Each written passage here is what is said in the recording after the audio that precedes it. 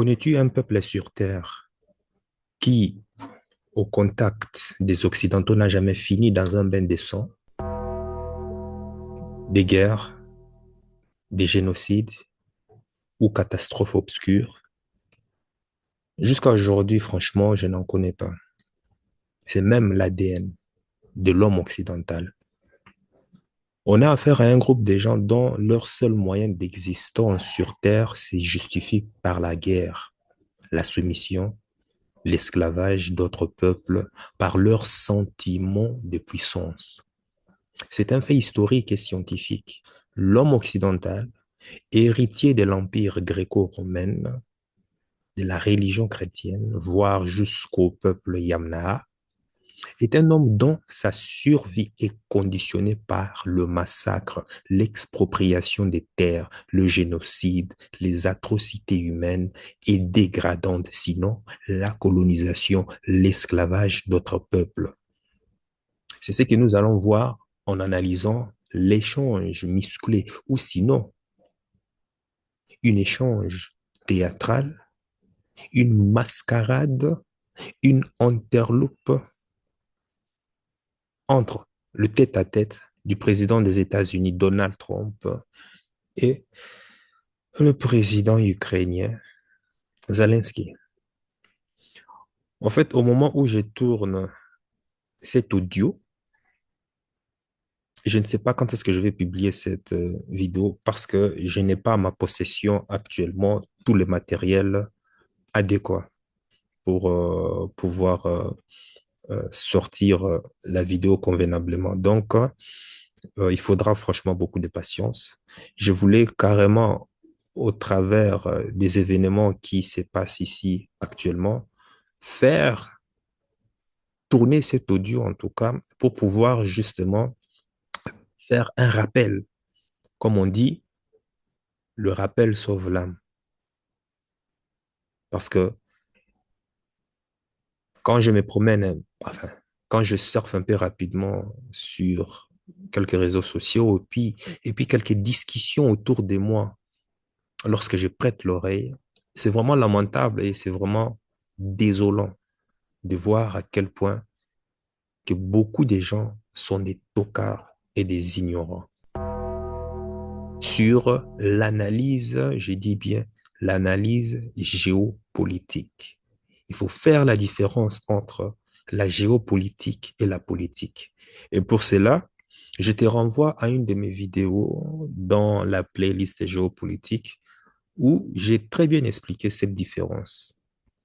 Bref, donc c'est l'actualité actuellement. Beaucoup sont choqués de voir à quel point Donald Trump a ridiculisé, a manqué de respect au président de l'Ukraine, Zelensky. Mais bon, ici, ce que je vais faire une analyse pour essayer de décrypter un peu cet échange théâtral, hein. C'est ce que moi je dirais, une échange théâtral entre Zelensky versus Donald Trump. Donald Trump. D'accord. Vous voulez que je dise des choses atroces sur Poutine et ensuite dire «Salut Vladimir, comment ça va? On s'en sort sur cet accord?» Non, ça ne fonctionne pas comme ça. Je ne suis pas aligné avec Poutine ni avec qui que ce soit. Je suis aligné avec les États-Unis d'Amérique. Et je travaille pour le bien du monde. Je suis aligné avec les intérêts du monde et je veux passer à autre chose. Vous voyez toute la haine qu'il a contre Poutine. C'est difficile pour moi de trouver un accord avec autant de haine. Donc je comprends bien. Mais je peux vous dire que l'autre côté, l'autre partie, ne l'aime pas vraiment non plus.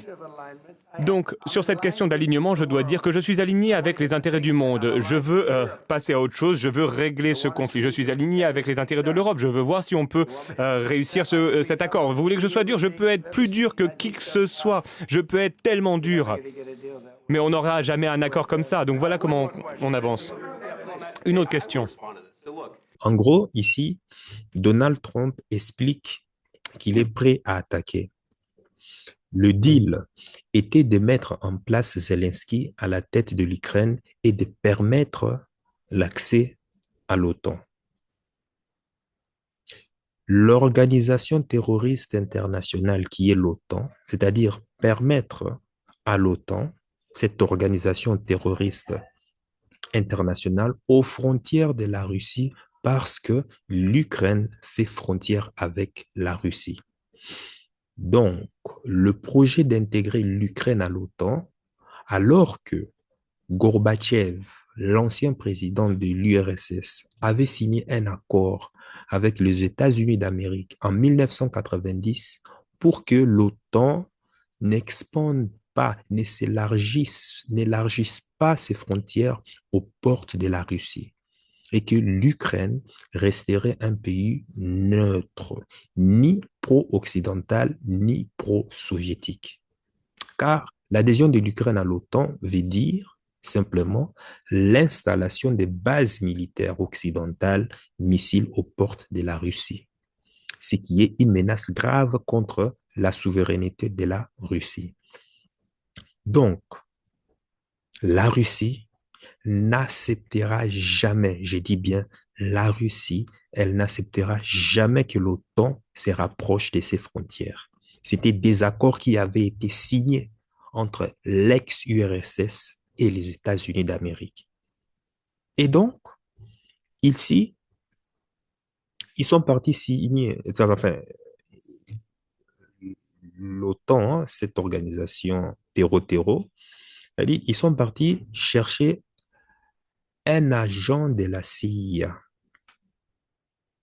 Avant d'être ukrainien, c'est d'abord un monsieur qui est de ces pays-là qu'on ne cite pas le nom ici. Enfin, vous connaissez, hein? Tu connais déjà ces pays-là.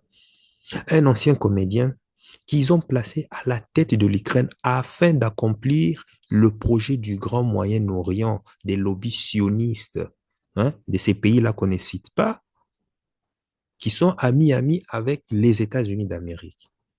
En fait, après le coup d'État de février 2014, qui a conduit à la destitution du président pro-russe à l'époque, si j'ai une bonne mémoire, Viktor Yanukovych, qu'ils ont remplacé par un président ukrainien pro-otanien, Oleksandr Turchinov, donc qui était le bras droit de Yulia Tymoshenko.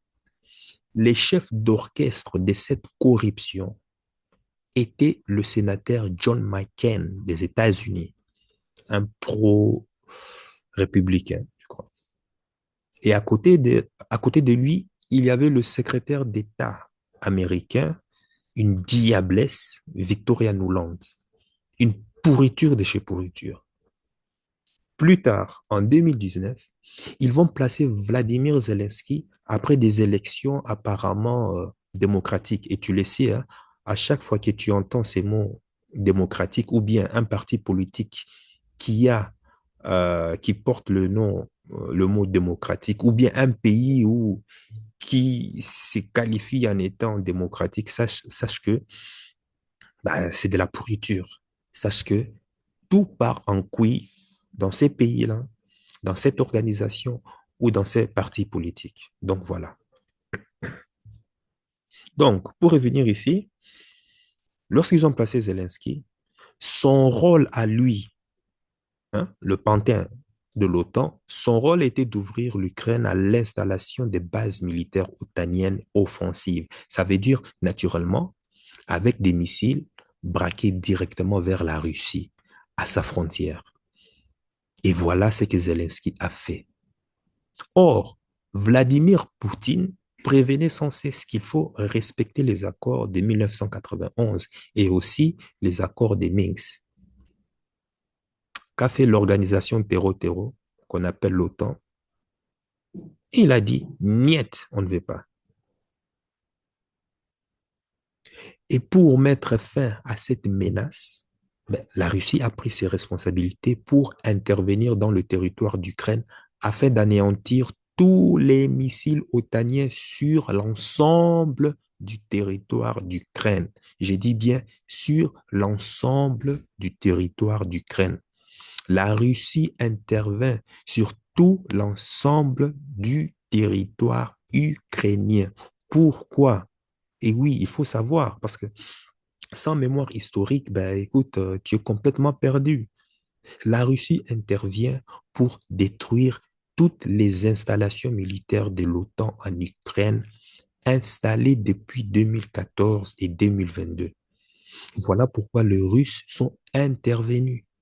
Mais les médias des grands mensonges, encore une fois, comme cela est coutume dans leur nature, t'ont bourré le crâne en disant que la Russie fait la guerre à l'Ukraine pour lui voler son territoire.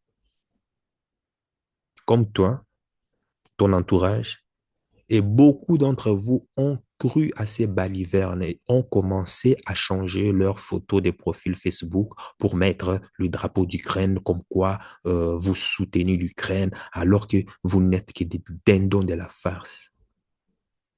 Vous n'avez aucune mémoire historique des événements.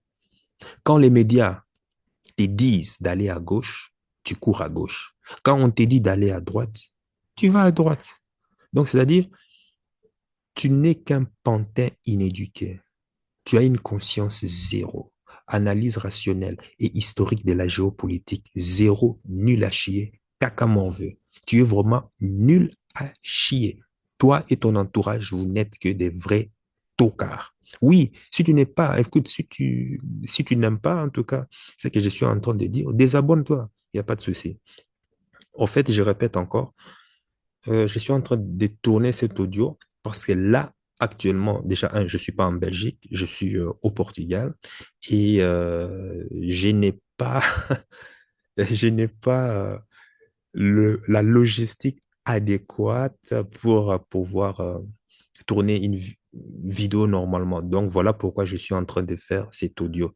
Et je publierai cet audio plus tard lorsque j'aurai tous mes outils, voilà, en place, quoi. Tous mes outils qui me permettaient justement, bien sûr, de, euh, de réaliser plus ou moins mes vidéos. Donc, voilà. Donc, qu'est-ce qui s'est passé? Maintenant que les Russes ont détruit tous les systèmes de missiles qui étaient armés, braqués vers la Russie sur les territoires d'Ukraine, ce qu'ils ont fait, c'est de rétablir la neutralité militaire de l'Ukraine telle qu'elle avait été actée et signée en 1991. Eh bien, c'est comme ça que la Russie a commencé à se retirer. Mais, encore une fois, les gens ont oublié cela. Les gens ont gravement oublié cela. Souviens-toi, qu'en 3 jours, ils étaient déjà à la porte de Kiev et Zelensky était prêt à coopérer. C'est alors, à l'époque, que le premier ministre britannique de l'époque, Boris Johnson, intervient pour dire qu'ils vont apporter des armes et des militaires à l'Ukraine s'il accepte de se battre. Et qu'est-ce qu'a fait Zelensky? Ben, il a changé des vestes. Plus tard, Zelensky va bombarder les populations de l'Est de l'Ukraine qui sont en majorité russophones, de Lugansk, Donetsk et je ne sais plus quoi encore. Avec les soutiens des États-Unis d'Amérique, Zelensky va faire 14 000 morts ukrainiennes russophones, 14 000 civils tués par des militaires, mais des civils tués comme ça, hein? Parce que tout simplement, ces régions de l'Est sont contre le rapprochement de l'Ukraine avec l'OTAN. Et pour arrêter cette boucherie, Poutine va lancer l'opération spéciale russe. Tout ça après avoir signé des accords de Minsk pour un cessez-le-feu que les Occidentaux n'ont jamais respecté et ne respecteront jamais. Angela Merkel l'a dit elle-même. Je cite, « Nous avons signé les accords de Minsk pour permettre de gagner du temps en vue de l'armement de l'Ukraine pour une guerre contre la Russie. »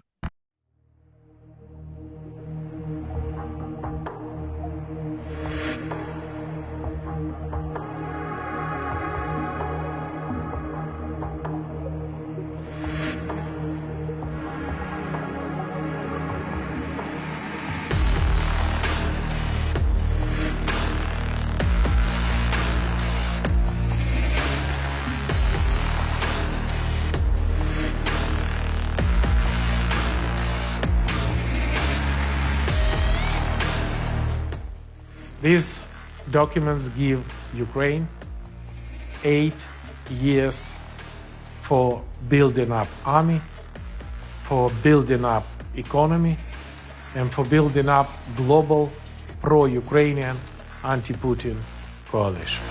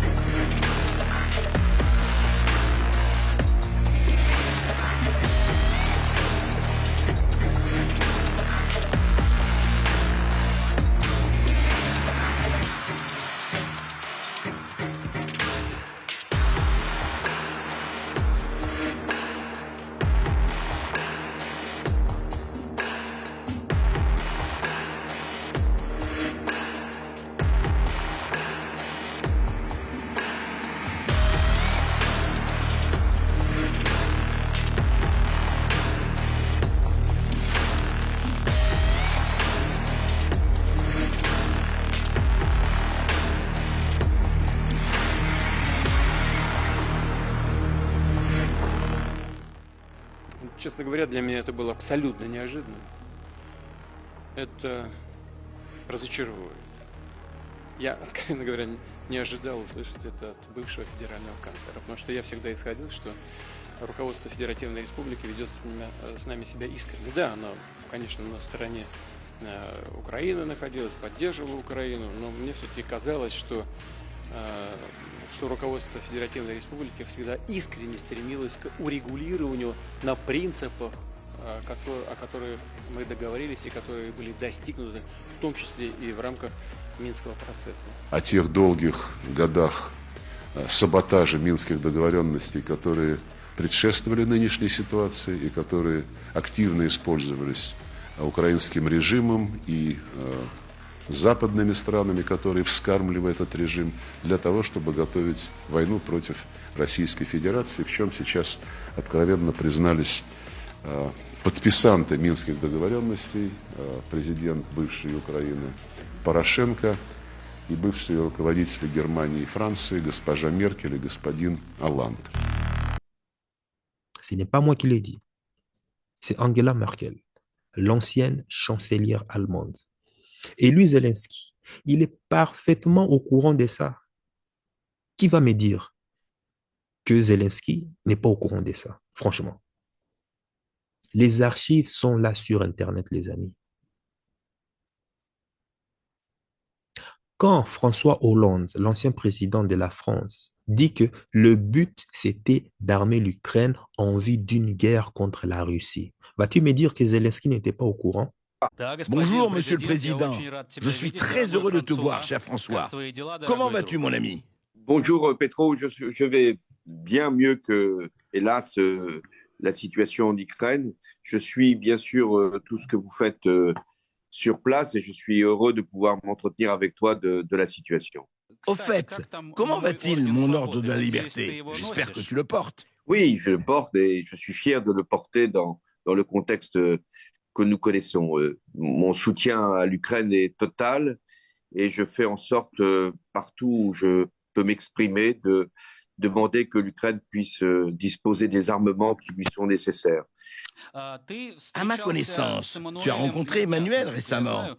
Qu'est-ce qu'il dit à propos de l'Ukraine? Qu'est-ce qu'il en pense dans l'ensemble?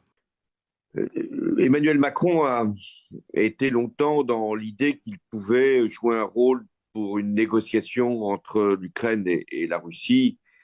Je pense qu'aujourd'hui, il a pris conscience que cette position-là était intenable. Deuxièmement, il a dit qu'il était prêt à fournir des armements, que l'Ukraine en consommait beaucoup, mais qu'il était important de lui en fournir et que nous sommes sans doute dans une guerre longue. Il a aussi convenu que Poutine, en ce moment, ne pouvait pas être un interlocuteur. Oui, je sais que l'artillerie, les chars, mais en ce qui concerne les chasseurs, je sais que la Grande-Bretagne veut déjà fournir des avions. Pour toi, est-ce que Macron va nous fournir des F-16 que nous demandons et des armes à longue portée? Je pense que l'intérêt de l'Ukraine est de recevoir des armes qui peuvent être utilisées dans un délai rapide et ne pas se focaliser sur des armes qui exigent des temps d'entraînement, de formation ou des pièces de rechange compliquées. Donc tout ce qui peut être un matériel immédiatement disponible pour résister à l'offensive russe, c'est ça qu'il faut demander aussi bien au Premier ministre britannique qu'aux pays européens. Et de les livrer massivement et pas simplement au compte-gouttes. Et plus la demande est sur des chars lourds ou des avions extrêmement sophistiqués comme les Rafales, plus la livraison risque d'être limitée en nombre. Ah, mais en fait, je pense que tu es d'accord avec moi qu'aujourd'hui, ce n'est pas une guerre entre l'Ukraine et la Russie, c'est la guerre entre le monde occidental et le monde russe. Qu'est-ce que tu en penses? Oui, je pense que de l'issue de la guerre en Ukraine va dépendre un nouvel équilibre du monde. Si l'Ukraine gagne, ce que je souhaite de tout mon cœur, il y aura nécessairement pour les régimes autoritaires un coup d'arrêt, aussi bien pour la Chine vis-à-vis de Taïwan que pour d'autres pays qui sont tentés, comme l'Iran, d'aller plus loin, ou même la Turquie, même si la Turquie aujourd'hui est dans une autre situation. Donc, il est très important que la victoire revienne à l'Ukraine, non pas simplement parce que ce seraient des territoires que l'Ukraine reprendrait, qui lui appartiennent. C'est pour ça que la demande des Ukrainiens sur le plan militaire ne peut pas être simplement pour gagner quelques kilomètres carrés. Il faut vraiment que ce soit une offensive qui permette d'infliger à Poutine une vraie défaite. Mais dans ce cas-là, tu es d'accord qu'aujourd'hui la France, comme l'Union européenne, elle participe également à cette guerre, bien qu'à leur propre niveau? Oui, ils ne veulent pas être belligérants au sens où la Russie pourrait prendre prétexte de leur soutien pour agir sur un pays européen voisin et entraîner le monde dans une guerre qui irait au-delà de l'Ukraine. Mais sans être belligérants, ils sont, comme tu l'as dit, participants. Mais nous, en fait, comme tu le comprends, actuellement, l'Ukraine mène cette lutte pour l'ensemble de l'Union européenne. Oui, je partage ce point de vue. C'est pour ça que les demandes ukrainiennes à l'Union européenne doivent être fortes, sérieuses et suffisamment ciblées pour aider au maximum l'Ukraine. Il y a l'aspect politique, c'est un point important. Donc, ce dont vous avez besoin, ce sont les avions F-16, ce sont des avions américains. Et la formation des pilotes peut être assurée par d'autres que les Américains, puisqu'il y a des pays qui utilisent des F-16. Et une autre question qui me préoccupe. Penses-tu que l'Europe va tenir le coup? À quel point elle va résister? L'Europe a été très durement touchée, notamment par les sanctions anti-russes. Les tarifs en Europe, comme le disent mes amis, mes nombreux amis, ont augmenté. L'inflation a également augmenté à présent. Et l'Europe sera-t-elle en mesure de faire la guerre à la Russie sur le plan économique maintenant? Dans quelle mesure elle va tenir? Oui, cette question, je me la suis posée au début du conflit quand les prix du gaz et de l'énergie ont flambé en Europe. Ça, c'est vrai. Peut-être que ce n'est pas utile de faire une réforme des retraites en ce moment quand il y a une guerre aux portes de l'Europe qui devrait nous mobiliser. Mais comme tu l'as dit, je ne suis plus au pouvoir et donc s'il n'avait tenu qu'à moi, il n'y aurait que le sujet de notre propre sécurité, de celle de l'Ukraine et de la lutte contre l'inflation qui aurait été posée. Et les médias font leur travail en France et il y a encore beaucoup de sujets d'actualité qui portent sur l'Ukraine dans les journaux télévisés. Mais j'ai une autre question, probablement la principale. Il est maintenant question d'un accord de paix. Monsieur Macron dit que nous devrions nous asseoir à la table des négociations. Le chancelier Scholz en parle également. Les États-Unis sont bien sûr contre. La question est donc, qu'est-ce que nous devons faire? Devons-nous nous asseoir à la table des négociations maintenant? Aujourd'hui, une négociation avec Poutine aboutirait au statu quo. Donc, tant que l'Ukraine veut poursuivre le combat. Tant que l'Ukraine se met en situation de faire reculer les Russes, il ne peut pas y avoir de négociation. Ça veut dire, cher François, tu penses que nous devrions les expulser de la Crimée et du Donbass, et ensuite seulement pour parler de paix. Ah, oui, parce que je ne vois pas dans une négociation, Poutine pourrait accepter en termes de retrait de ses forces du Donbass et a fortiori de la Crimée. Donc toute la question, c'est de savoir si l'Ukraine, avec les aides qui peuvent lui être apportées, a les moyens militaires de faire reculer Poutine. Si elle ne les a pas, ces moyens militaires, alors oui, la négociation est nécessaire. Mais nous devons nous battre jusqu'au dernier Ukrainien, je pense. Il n'y a pas de négociation et il ne faut pas que des leaders européens évoquent le mot négociation tant que vous êtes dans cet état d'esprit et tant que vous avez la capacité de vous battre jusqu'au dernier.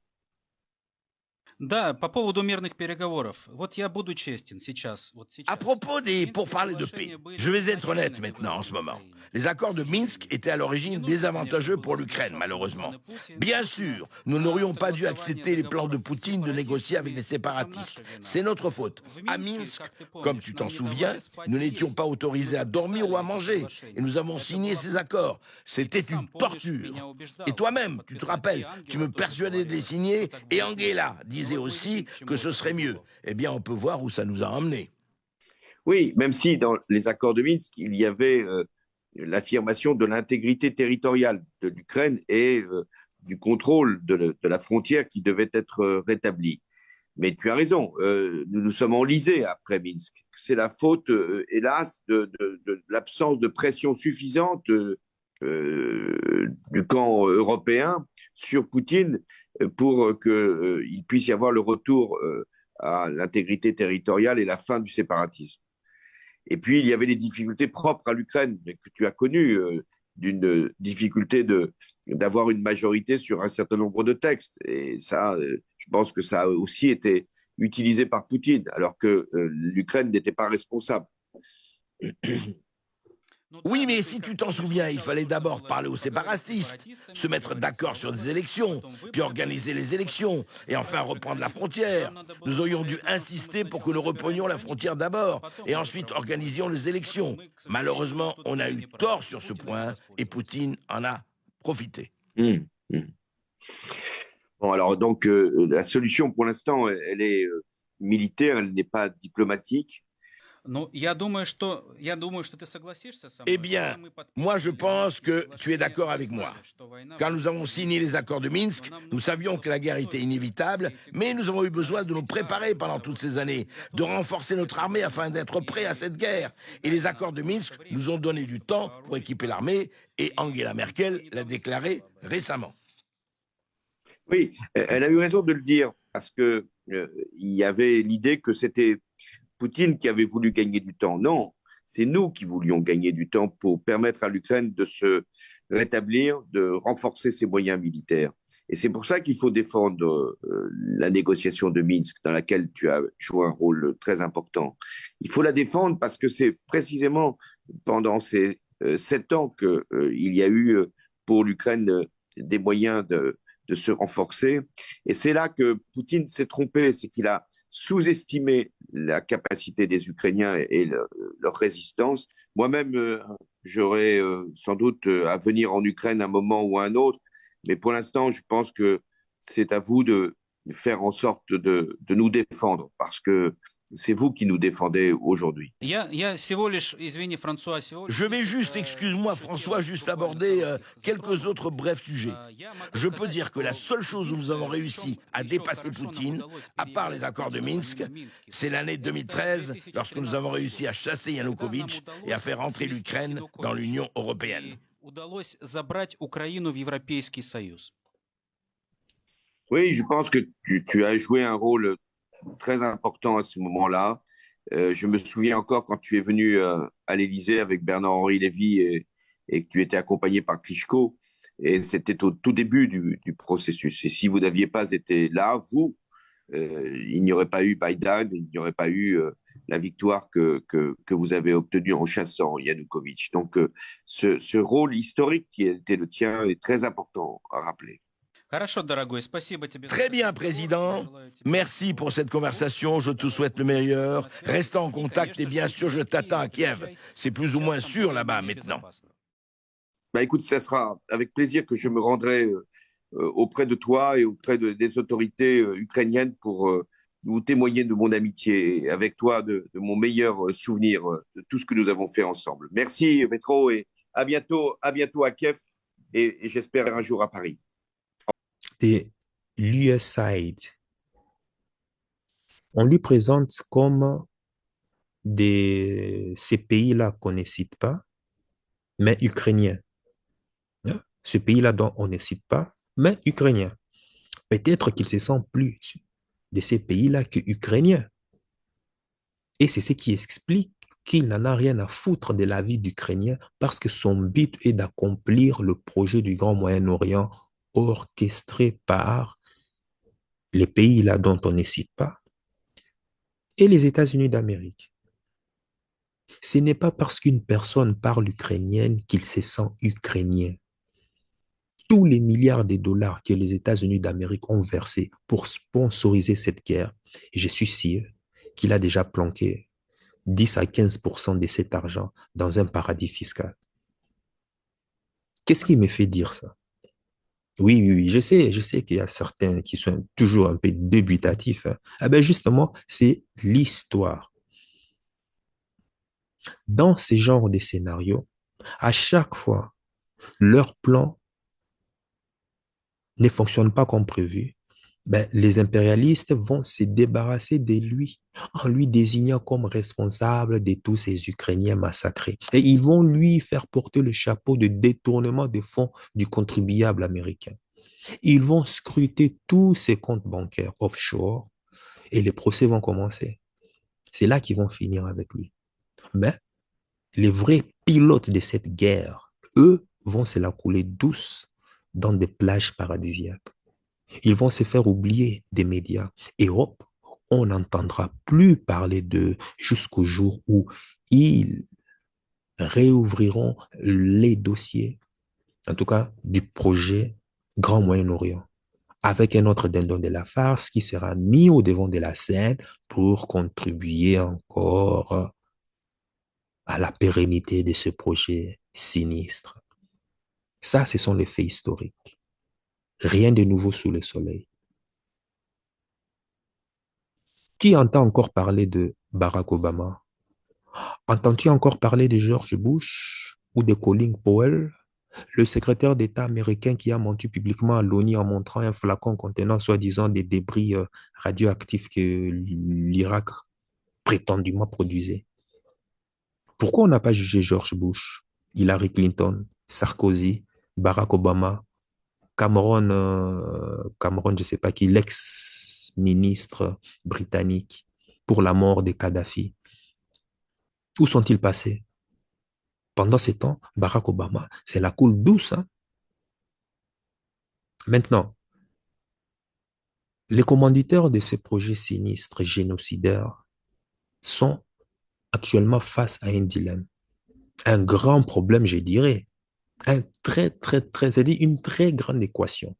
Leur dilemme est qu'ils ne prévoyaient pas l'arrivée de Trump au pouvoir. Trump ne faisait pas partie de leur fameux deal. Il n'était pas prévu qu'arrive au pouvoir un homme comme Trump qui ne fait pas partie du cartel militaro-industriel et je ne sais pas quoi encore. Donald Trump est un businessman. Il veut faire du commerce. Il en a marre de toutes ces guerres. Lui, il ne fait pas partie de ce fameux deal. Mais attention, ça reste quand même un Américain. L'homme qui tire plus vite que son ombre.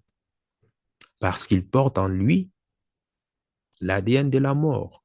Comme je te l'ai dit, partout où ils passent, ils laissent toujours la mort derrière eux. C'est un Yankees. Écoutons la vidéo. Oui, j'aimerais réagir. Pendant 4 ans, les États-Unis d'Amérique ont eu un président qui a organisé des conférences de presse et qui a parlé en des termes durs sur Vladimir Poutine. Et Vladimir Poutine a envahi l'Ukraine et a pris une partie du pays. Le chemin vers la paix et la prospérité consiste à s'engager avec la diplomatie. Nous avons essayé la technique de Biden de taper un petit peu sur son torse et dire que les mots étaient plus importants. Mais ce qui fait des États-Unis un bon pays, c'est que les États-Unis travaillent par voie diplomatique. Voilà ce que fait le président Trump.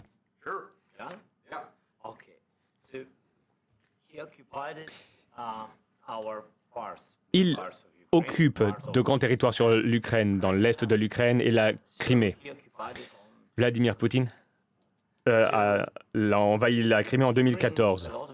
Pendant de nombreuses années, donc je ne parle pas que de Biden, mais il y avait Obama, le président Obama, puis le président Trump, puis le président Biden, à nouveau le président Trump.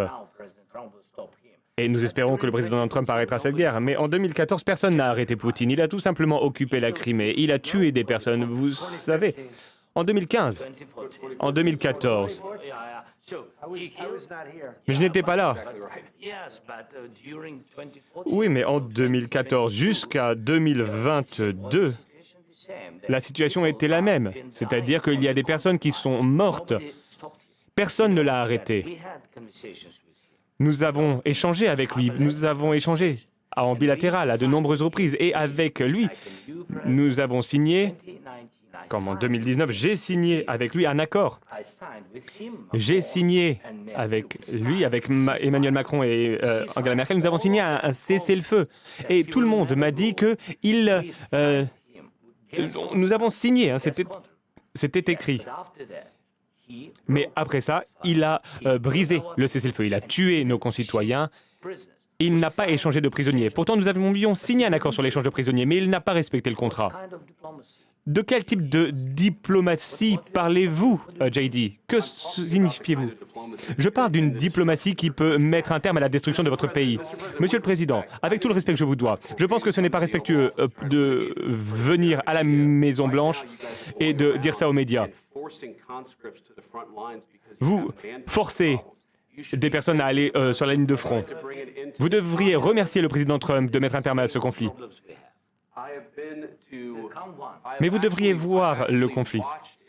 Waouh, waouh, waouh, waouh, ça c'est fort. Est-ce que tu entends ce genre de balivernes par rapport à ce qui a été dit au début par le conseiller financier?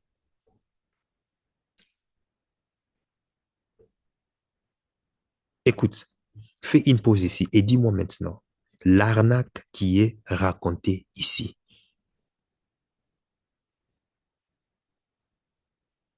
Fais une pause et dis-moi.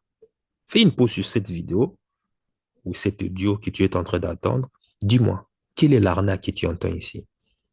Ben, tu vois, je ne cesse de répéter dans mes vidéos précédentes que sans les lumières du passé, le présent est un mensonge et le futur n'est qu'illusion.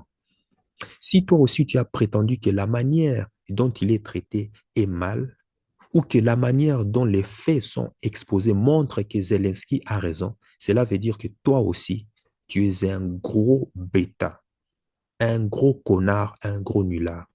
On n'analyse jamais les événements géopolitiques par ce que tu es en train de voir avec tes yeux. Jamais, je dis bien jamais, avec les faits présents. Il y a une femme, d'ailleurs, une femme roumaine que je connais qui me disait, tu as vu comment Trump a traité Zelensky?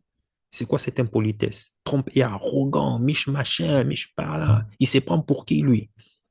J'ai observé cette femme et dans ma tête, je me suis dit, oh my God, les gens sont vraiment des moutons. Je vous dis, hein, je t'assure, c'est incroyable à quel point de voir comment est-ce que les gens sont des moutons. Je dis, être inéduqué à ces points, c'est faire rouler dans la farine comme une merde à ces points. Ah non, non. Bon, j'ai ricané et j'ai demandé à cette femme de s'intéresser plus à la géopolitique, d'analyser l'histoire, le passé, plutôt que de juger le présent. Et ce qui c'est qu'elle m'a répondu, ah non, moi, je m'en fous de la politique. Rien à foutre de ça. Je lui ai répondu, ah bon? Très intéressant. Eh bien, si tu dis qu'il est mauvais, si tu dis qu'il est arrogant, ben, tant mieux ainsi. C'est son caractère. Puis dans ma tête, j'ai pensé, aïe, aïe, aïe, aïe, aïe, aïe, aïe. Voilà les problèmes des gros bêtas qui représentent 90% de la population. Et ça, c'est représentatif de beaucoup d'entre vous qui êtes en train de suivre cette chaîne. Tu t'en fous de la politique, tu t'en fous de la géopolitique, mais c'est la géopolitique, c'est elle qui dicte ta vie en ce moment. Tu refuses de t'éduquer sur la géopolitique, mais c'est elle qui est la cause du stress au travail, de l'angoisse, de l'anxiété, de la peur que tu es en train de ressentir, de l'insécurité dans ta vie et même aussi du stress, de l'angoisse dans tes relations amoureuses. C'est la géopolitique qui en est responsable. C'est elle qui dicte ton avenir et même tes émotions que tu dois ressentir. Et voilà, certaines personnes qui osent affirmer que je m'en fous de la politique, de la géopolitique, de l'économie. Et c'est toujours les mêmes qui déclarent toujours être des victimes du système. Il y en a beaucoup parmi vous, ça je suis sûr. Vois-tu, voilà pourquoi nos 90% de la population demeure des moutons, des gros bêtas, parce qu'ils refusent de s'éduquer. Mais je comprends, c'est très dur et c'est pas facile. La réaction de cette femme roumaine ressemble à un enfant de 12 ans à qui on vient d'expliquer la situation qui se passe là en classe. Ah oui, c'est pas normal. Le président Donald Trump devrait d'abord demander l'avis du président ukrainien, mishmachin, mishmacha. Et voilà. Personne n'a osé prendre de la hauteur qu'un adulte rationnel et logique doit prendre pour analyser les événements. Et c'est ça aussi le gros péché des Africains. Ils sont incapables d'analyser la politique, la géopolitique, sans prendre en compte l'histoire. Mais ce sont les premiers à mettre sur leur profil le drapeau de l'Ukraine, genre pour montrer leur soutien à Zelensky, à l'Ukraine, parce que c'est la tendance en ce moment, comme tous les autres moutons le font. Hein. Moi aussi, je vais le faire peut-être. Et j'aurai beaucoup de likes sur ma photo de profil. Pourquoi pas? J'aurai beaucoup de demandes d'ajout d'amis sur mes profils. Beaucoup de followers, comme on dit. Ouais. Beaucoup d'Africains tombent toujours dans ces pièges. Tu ne verras jamais un dirigeant européen prendre la parole sur les événements présents sans prendre en compte l'histoire. Jamais. Mais les Africains, comme ils n'ont pas de mémoire historique, tombent toujours dans le piège et ils s'étonnent d'être le dernier de tous les pays, loin derrière même qu'un trou de snake. On lui dit d'aller à gauche, il court à gauche. On lui dit d'aller à droite, il court à droite. Et puis il se réveille un bon matin, il est surpris que la vie est chère. Il est stupéfait que sa femme divorce de lui parce que monsieur n'est pas à la hauteur financièrement. Il va commencer à haïr bêtement son président. Il est surpris que la guerre éclate dans son pays. Il se voit fuir son pays pour se réfugier en France, en Europe, et commencer à détester son pays, envier les pays européens, prendre des selfies à la Tour Eiffel, publier ça sur Facebook pour montrer qu'il a une belle vie, alors que son train de vie en Europe ne lui permet même pas d'avoir une liberté totale.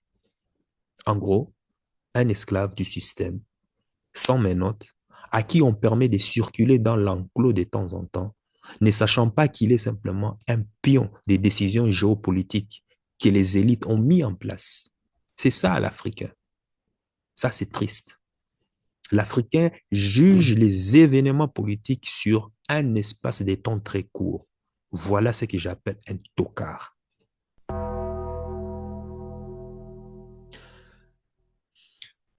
En fait, où est l'arnaque dans ces genres, dans ce que nous voyons ici? En fait, ce qui est louche ici est que cette guerre, c'est une guerre américaine. C'est les États-Unis qui déclenchent cette guerre en Ukraine. Ce n'est pas Zelensky. Ce n'est pas la guerre de Zelensky. Est-ce que c'est Zelensky qui a financé le coup d'État en 2014? Pas du tout. Voilà l'arnaque. Voilà la poudre de perlimpinpin qu'on t'a aspergé aux yeux. C'est ça qu'on est en train de vous présenter là. On te fait croire que c'est la guerre entre l'Ukraine et la Russie, mais c'est faux. C'est faux. Ça veut dire que c'est moins la guerre des Zelensky que de Trump, des États-Unis d'Amérique. Comprends-tu l'arnaque? C'est la CIA qui a financé cette guerre. Et je t'ai montré au début le conseiller financier des États-Unis qui révèle devant le Parlement européen les origines de cette guerre. Normalement, si Zelensky n'était pas une marionnette, il aurait dit à Donald Trump et J.D. Vance, c'est votre guerre, ce n'est pas la mienne. C'est vous qui avez amené le peuple ukrainien dans ce conflit. Maintenant, vous devrez l'assumer jusqu'au bout.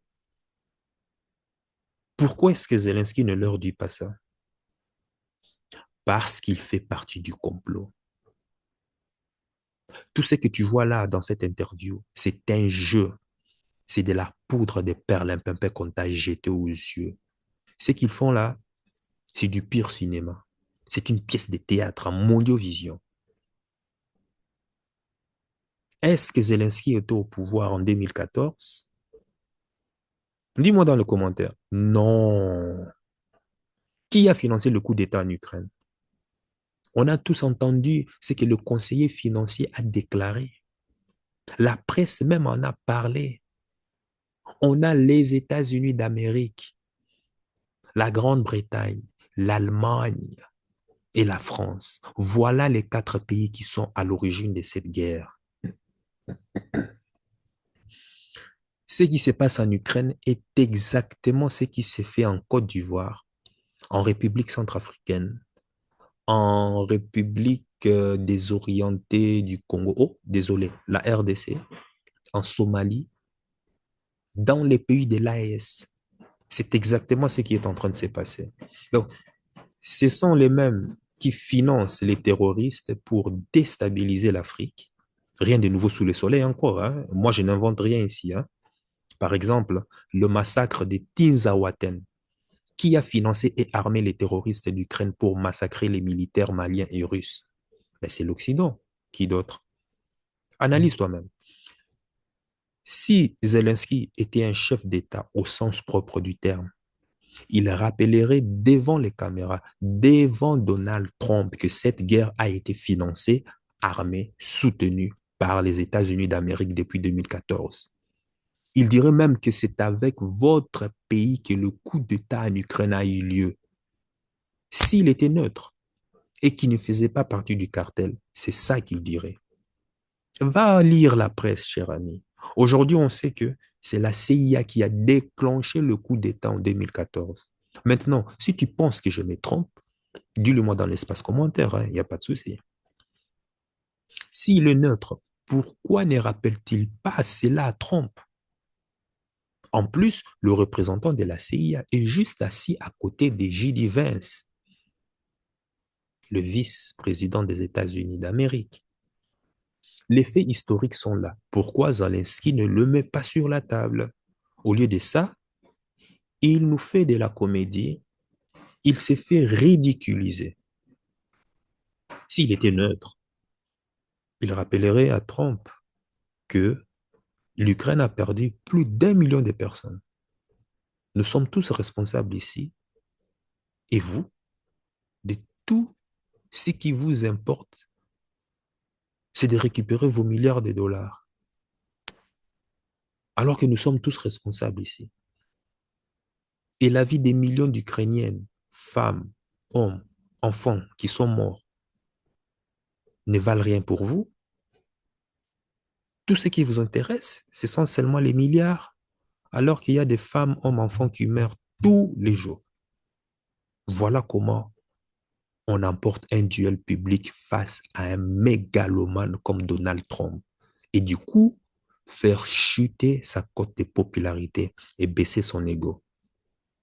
Mais pourquoi Zelensky ne dit pas ça au président des États-Unis? Et voilà,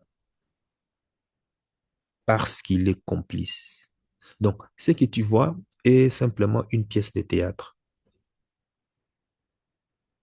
Il y a bien sûr des choses qu'ils ne peuvent pas dire devant les caméras à cause justement des règles diplomatiques. Mais dans cet échange que tu vois là, Zelensky est déboussolé, désorienté. Sois très attentif, hein, je vais te dire pourquoi. Et comme je l'ai dit avant, avec le projet Grand Moyen-Orient, le deal était que Joe Biden, qui est démocrate, ou un autre candidat comme Kamala Harris arrive à la tête des États-Unis d'Amérique lors des dernières élections. Souviens-toi que ce sont les démocrates qui sont les agents opérationnels du coup d'État en 2014. Ce sont les démocrates de Barack Obama qui sont à l'origine de cette crise ukrainienne. L'objectif était que les démocrates conservent le pouvoir aux États-Unis d'Amérique. Malheureusement pour eux, ce sont les républicains qui l'emportent. Pire encore, le républicain qui arrive à la tête du pays, des États-Unis d'Amérique, est un homme qui ne fait pas partie du cartel. Donald Trump s'en fout complètement de leur projet. On continue la vidéo. J'ai vu les histoires et je sais ce que vous faites. Vous faites une tournée de propagande. Vous avez des difficultés à recruter des personnes pour l'armée, non? Et aujourd'hui, vous venez à la Maison-Blanche et vous vous attaquez à l'administration qui essaie d'éviter la destruction de votre pays. Beaucoup de questions. Commençons par la première. Tout d'abord, pendant la guerre, tout le monde a des problèmes. Même vous.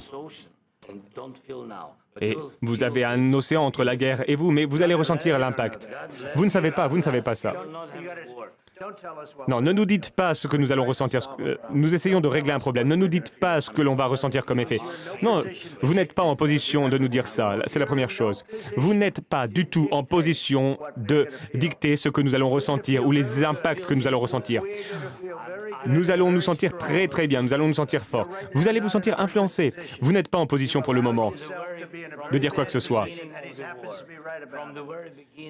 Voilà. Waouh. As-tu entendu ce qui vient de se passer là? Incroyable, n'est-ce pas? Waouh. Incroyable. Incroyable. Voilà pourquoi je voulais faire cette vidéo. En fait, Zelensky ne mesure pas la gravité de ce qu'il est en train de dire. Honnêtement, je ne sais pas ce qu'il a fumé ou en tout cas ce qu'il s'est enfilé ou ce qu'il a signifié en tout cas, mais ce qu'il vient de dire est très, très grave et dangereux diplomatiquement. Ce qu'il vient de dire, en plus de ça, dans le bureau ovale, il dit aux États-Unis d'Amérique, il dit aux Yankees, vous allez ressentir les effets de cette guerre. What? Oh my God. Oh my God, oh my God, oh my God. Oula, la, la, la, la, la, la, la, la, la, la, la, la, la. C'est chaud. Il faut vraiment avoir du sacré couille pour les dire. Hein. Parce que cette phrase diplomatiquement est une menace directe contre les États-Unis d'Amérique, sur le sol américain. Il menace les États-Unis d'Amérique là, en direct, en mondiovision. Ce genre de phrases ou autre tournure a valu la mort de plusieurs personnalités d'État des autres pays du monde. Même, souviens-toi qu'un secrétaire général des Nations Unies a été assassiné par la CIA à cause de ça. Il s'agissait, si j'ai une bonne mémoire, d'un Suédois, Dag Hammarskjöld, ouais, qui a péri en 1961 dans un crash d'avion abattu en plein air sur le ciel de Zambie. parce qu'il s'opposait aux ingérences des États-Unis d'Amérique sur la République du Congo à l'époque, notamment pour avoir soutenu Patrice Lumumba dans sa lutte pour l'indépendance de la République du Congo. Un secrétaire d'État général des Nations Unies qui a été fini, dont sa vie a été abrégée, parce qu'il disait devant les tribunes de l'ONU que les États-Unis allaient récolter le pot cassé tôt ou tard, du fait qu'ils participent activement à la déstabilisation du Congo, au pillage du sous-sol du Congo. Cher ami, quelques semaines après, les gars lui ont fait sa tasse d'été. Hein. Les gars ne l'ont pas raté. En plein vol, hein, ils ont abattu l'avion avec une lance-roquette. Lui, tous les passagers, y compris les hôtesses, ont été éliminés. Les pauvres hôtesses qui ne faisaient que leur boulot. Et tu sais comment est-ce qu'ils ont appelé ça? Ils ont appelé ça dommage collatéral. Beaucoup de chefs d'État ont été finis parce qu'ils avaient prononcé des phrases similaires. Bon, moins grave bien sûr hein, que ce que Zelensky est en train de faire là. Mais franchement, Zelensky a une sacrée paire de... Oser dire ça. Waouh, waouh, waouh, waouh, waouh, waouh, waouh, waouh, waouh, waouh, c'est... Oh my God. Bon, je ne sais pas qu'est-ce qui va arriver dans le futur, mais en tout cas, lui, parce qu'il fait partie du fameux cartel, les États-Unis d'Amérique savent que c'est un pion qu'il manipule, donc il ne faut pas prêter attention à ce qu'il dit. Voilà pourquoi il est encore vivant et qu'il sera peut-être encore vivant, on ne sait pas. Zelensky vient de menacer le président des États-Unis d'Amérique, cher ami. Rien que cette phrase est gravissime. Et ça prouve bien qu'il a signifié quelque chose là. Même Ben Laden, qui était un agent de la CIA, qui a servi les intérêts des États-Unis d'Amérique dans le Moyen-Orient, a été zigouillé. Franchement, je pense que Zelensky n'a pas conscience de la gravité de ses propos au moment où il prononce cette phrase. Voilà pourquoi l'Occident, pour manipuler l'opinion publique, recrute toujours des gens qui sont tocards, bêtes, pour le mettre à la tête des pays. Ainsi, il a la certitude de le manipuler à sa guise pour s'en débarrasser comme un papier hygiénique, hein, une fois qu'il n'a plus besoin de lui, tout en s'assurant bien sûr qu'il soit diabolisé devant l'imaginaire collectif.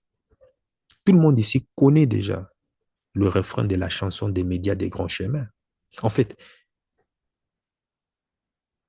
pour revenir au sujet, Zelensky s'est déplacé à Washington pour discuter des conditions de la fin des guerres qui ne sont pas avantageuses pour l'Europe.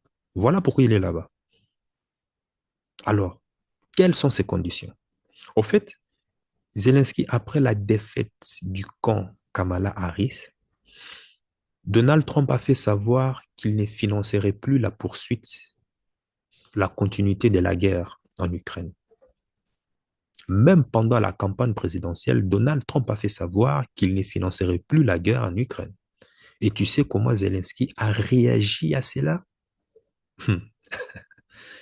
Aïe, aïe, aïe, aïe, aïe.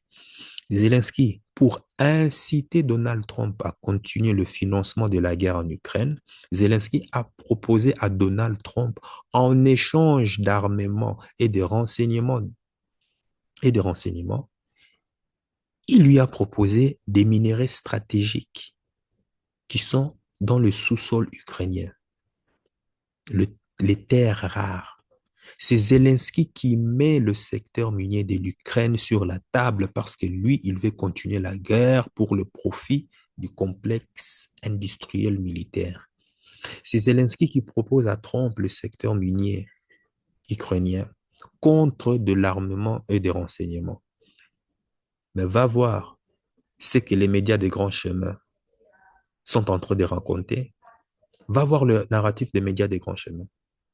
Ah, Trump, en plus de vouloir arracher les Groenland à la Norvège, il veut aussi s'accaparer du sous-sol ukrainien. Il veut couper le gâteau ukrainien avec la Russie tout seul. Bande d'amateurs, d'escrocs, arnaqueurs, espèce de gros pétèques, mais franchement, pour qu'est-ce qu'on nous prend là? Les maîtres de Zelensky qui lui ont envoyé proposer, c'est là, à Trump, lui ont dit que si tu lui donnes le secteur minier, Donald Trump va poursuivre le financement de la guerre. Et soudain, malheureusement pour eux, leur plan a échoué. Le conseil d'Emmanuel Macron à Zelensky était un très mauvais conseil parce que c'est Emmanuel Macron qui lui a insufflé cela pour ramener Donald Trump dans le cartel des va en guerre et maintenir les États-Unis d'Amérique face à la Russie. On a conseillé à Zelensky le secteur minier stratégique qui regorge l'Ukraine en échange du fait que l'administration Trump continue de fournir des armes à l'Ukraine. Et c'est là que la bombe éclate. Donald Trump en avait plus d'un tour dans son sac. Et Donald Trump dit, je prends votre secteur minier, non pas pour poursuivre votre guerre, mais je prends votre secteur minier parce que vous devez rembourser aux États-Unis les 350 milliards de dollars américains que nous avons déjà payés pour soutenir votre guerre. Oh, good idea, c'est ce qu'il a dit, hein? Je n'y avais pas pensé. Ok, je prends votre secteur minier pour me rembourser sur ce que nous avons déjà payé et vous allez arrêter cette guerre parce que ça nous coûte beaucoup d'argent. Et qu'est-ce qui se passe? Donald Trump fait savoir cela.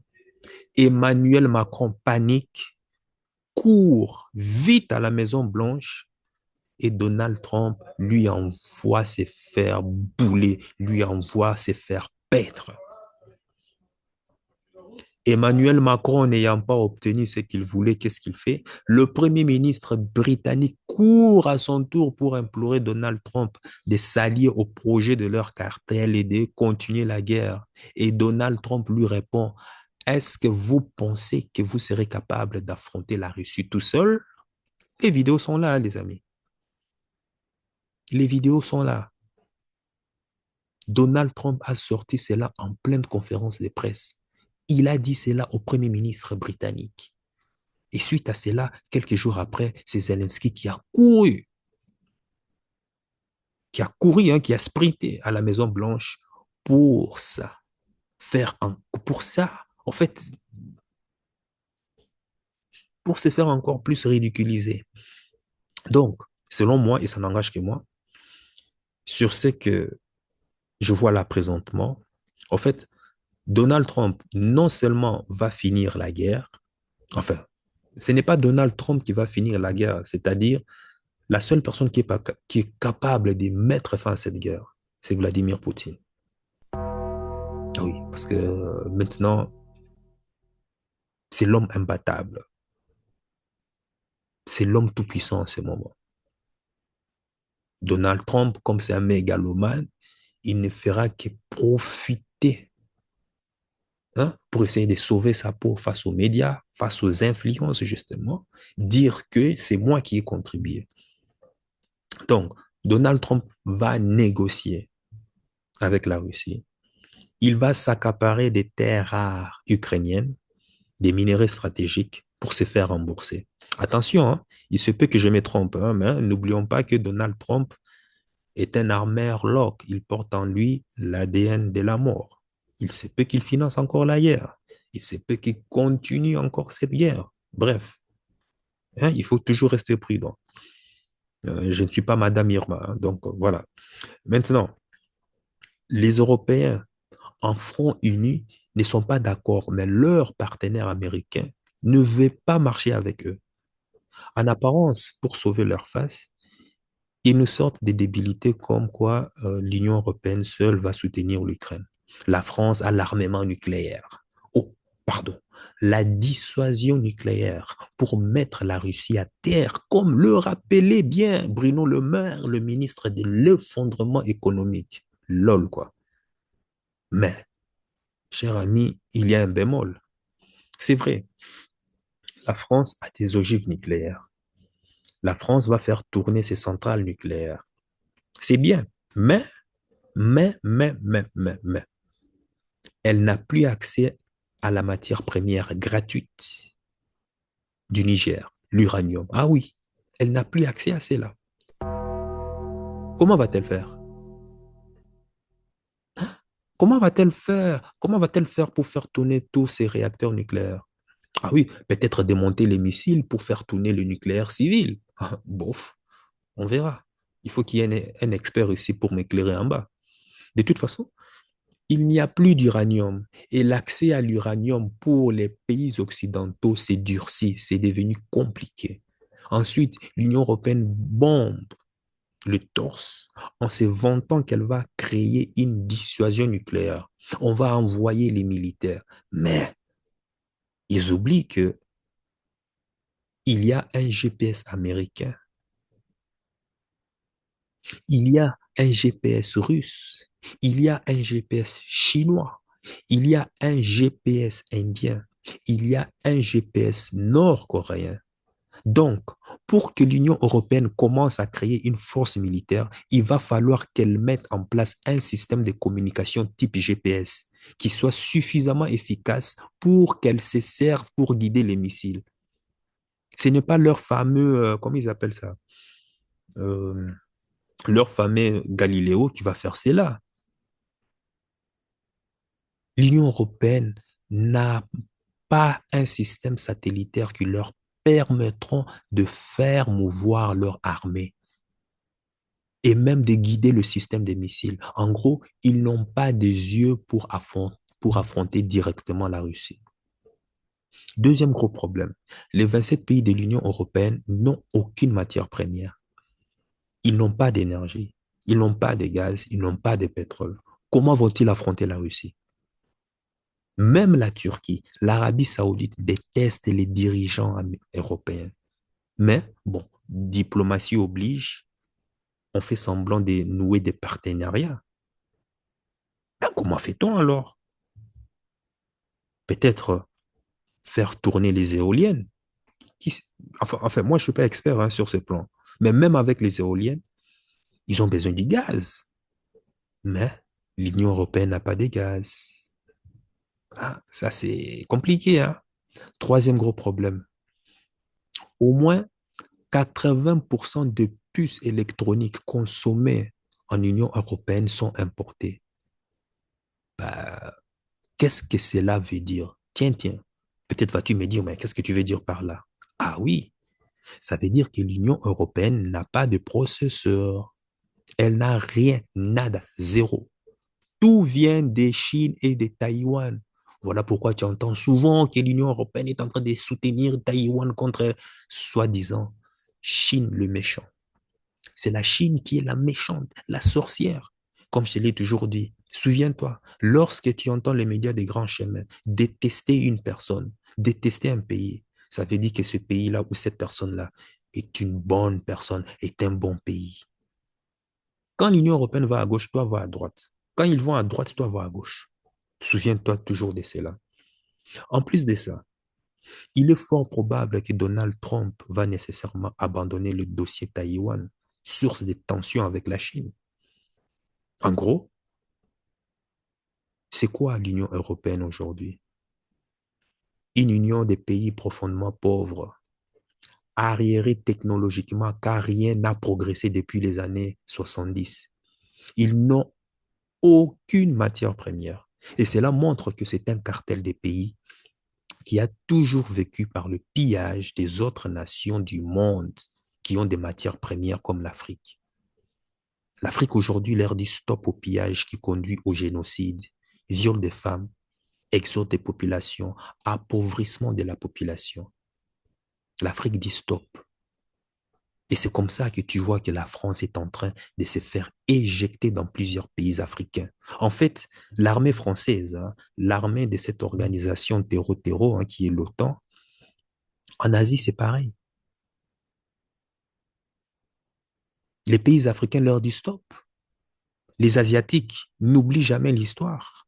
L'ami, j'ai fait Indonésie, je fais pas mal de pays, d'autres pays asiatiques. 2 ou 3 en plus d'Indonésie. Ils sont polis, accueillants, mais une chose qui m'a frappé, et quand je parle d'Asie, je parle de l'Asie profonde. Je ne parle pas, moi, de tous ces soi-disant, ceux qui vivent dans les capitales et qui veulent vivre sous l'influence des Occidentaux. Non, l'Asie profonde, eux, n'oublient jamais l'histoire. Au fait, quand tu lis hein, la vraie histoire même de France, d'ailleurs, pas celle qu'on t'enseigne hein, à l'école là, hein, par la fabrique pour t'aider à être chrétien, là, la fabrique des chrétiens, non. Je te parle celle enseignée à l'école, c'est-à-dire c'est une histoire romancée de la France. La fabrique des chrétiens, là, ça c'est une histoire romancée de la France. En fait, la vraie histoire de la France, c'est une histoire filtrée de la France. Je parle de l'enseignement de la France. C'est une histoire qu'on a filtrée pour se donner un genre. Mais la vraie histoire de la France est horrible, horrible. Quand tu lis des auteurs comme Vacher de la Pouge, Joseph de Gobineau, Joseph Arthur de Gobineau, du comte de Gobineau, Georges de Herbe, John de Chicago, Voldemort, quand tu lis les livres de celles et ceux qui ont été à l'origine de la machine pensante qu'est la France aujourd'hui, l'ADN profonde qui fait que la France est aujourd'hui, mais tu te rends compte que la France, l'Europe, a toujours vécu par le pillage, les génocides des autres peuples du monde. Donc, si tu veux, aujourd'hui, il se trouve que les États-Unis d'Amérique ne sont pas les vats en guerre. Une chose est sûre, certes, ces mecs, ce sont des pourritures, hein, comme tout autre. Ça, on le sait, ça restera toujours des pourritures. Mais mets-toi à la place de Donald Trump. Le dollar est en train de s'effondrer. Militairement, ils sont derrière la Russie, derrière la Chine et aujourd'hui derrière la Corée du Nord. Pourquoi est-ce que je l'ai dit? Parce que les États-Unis ne peuvent pas affronter la Corée du Nord. Pourquoi? Parce que la Corée du Nord a mis au point des missiles hypersoniques que les États-Unis d'Amérique jusqu'à aujourd'hui ne maîtrisent pas. Les États-Unis ne peuvent pas affronter l'Iran. L'Iran a mis au point des missiles hypersoniques que les États-Unis ne maîtrisent pas. En plus de ça, si les États-Unis attaquent l'Iran, la Russie, interviendrait immédiatement parce qu'il y a un accord de défense qui les lie. Les États-Unis ne peuvent pas attaquer l'Arabie saoudite parce qu'elle a un accord de défense avec la Russie et la Chine. Est-ce que tu comprends? Tu vois par exemple Donald Trump, par exemple. L'Union européenne que tu vois là, je parle par exemple de la France, l'Allemagne, la Grande-Bretagne. Ils ont toujours été affaiblis. Et ils comptaient sur qui? Sur les USA, sur les États-Unis, pour montrer leurs muscles dans le monde. Simplement parce que les États-Unis ont une armée puissante. Cela suffisait à l'Union européenne d'aller imposer sa loi, son influence sur les autres nations du monde. Maintenant, les États-Unis ont dit, bah, fuck, on s'en va. Maintenant, que vont faire les Européens? Toutes les nations sur qui les États-Unis ont imposé leur volonté, notamment en Amérique du Sud, en Asie, en Afrique, sont en train de se rapprocher de la Russie, de la Chine.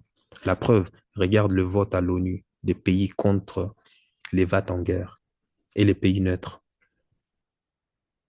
On remarque qu'il n'y avait que l'Europe, hormis les États-Unis et le Canada, qui étaient pour les sanctions contre la Russie. 90% des pays membres de l'ONU se sont abstenus ou ont voté contre.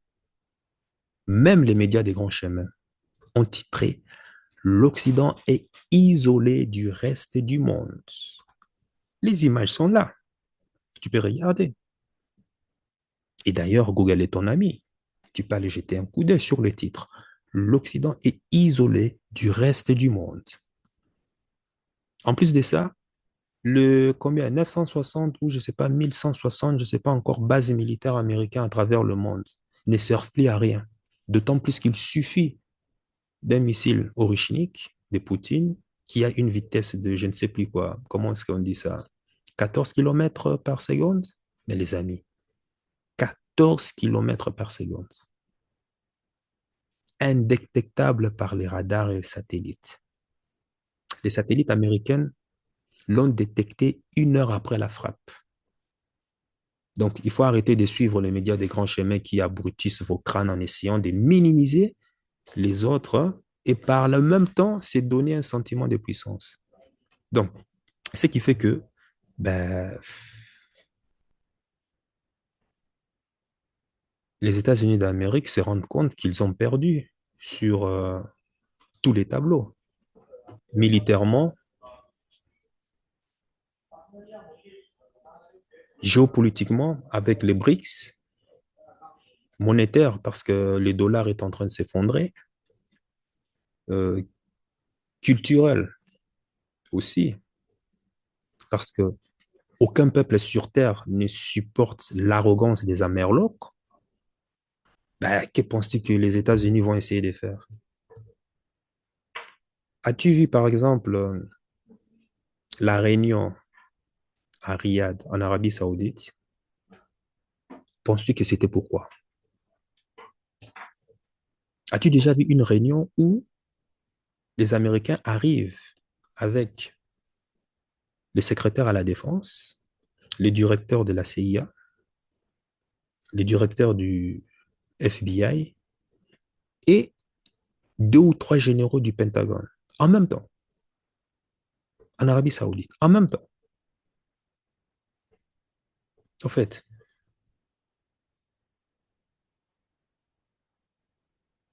qu'est-ce que je veux dire par là? En fait, en Arabie Saoudite, les États-Unis ont acté leur défaite vis-à-vis de la Russie et de la Chine.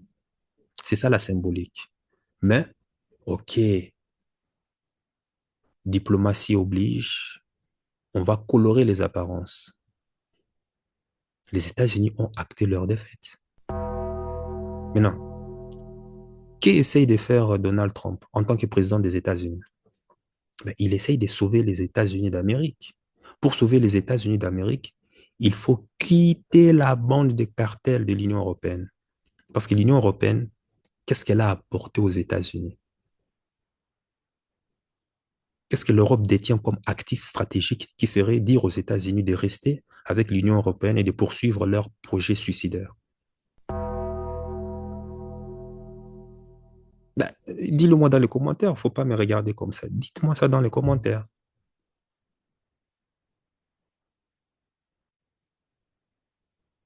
Ben, l'Union européenne n'a rien à mettre sur la table. Elle n'a rien du tout. Et ce n'est pas l'industrie allemande de l'automobile, parce que de toute façon, des bagnoles, on en fabrique aux États-Unis. Hein. Il y a Ford, quoi encore?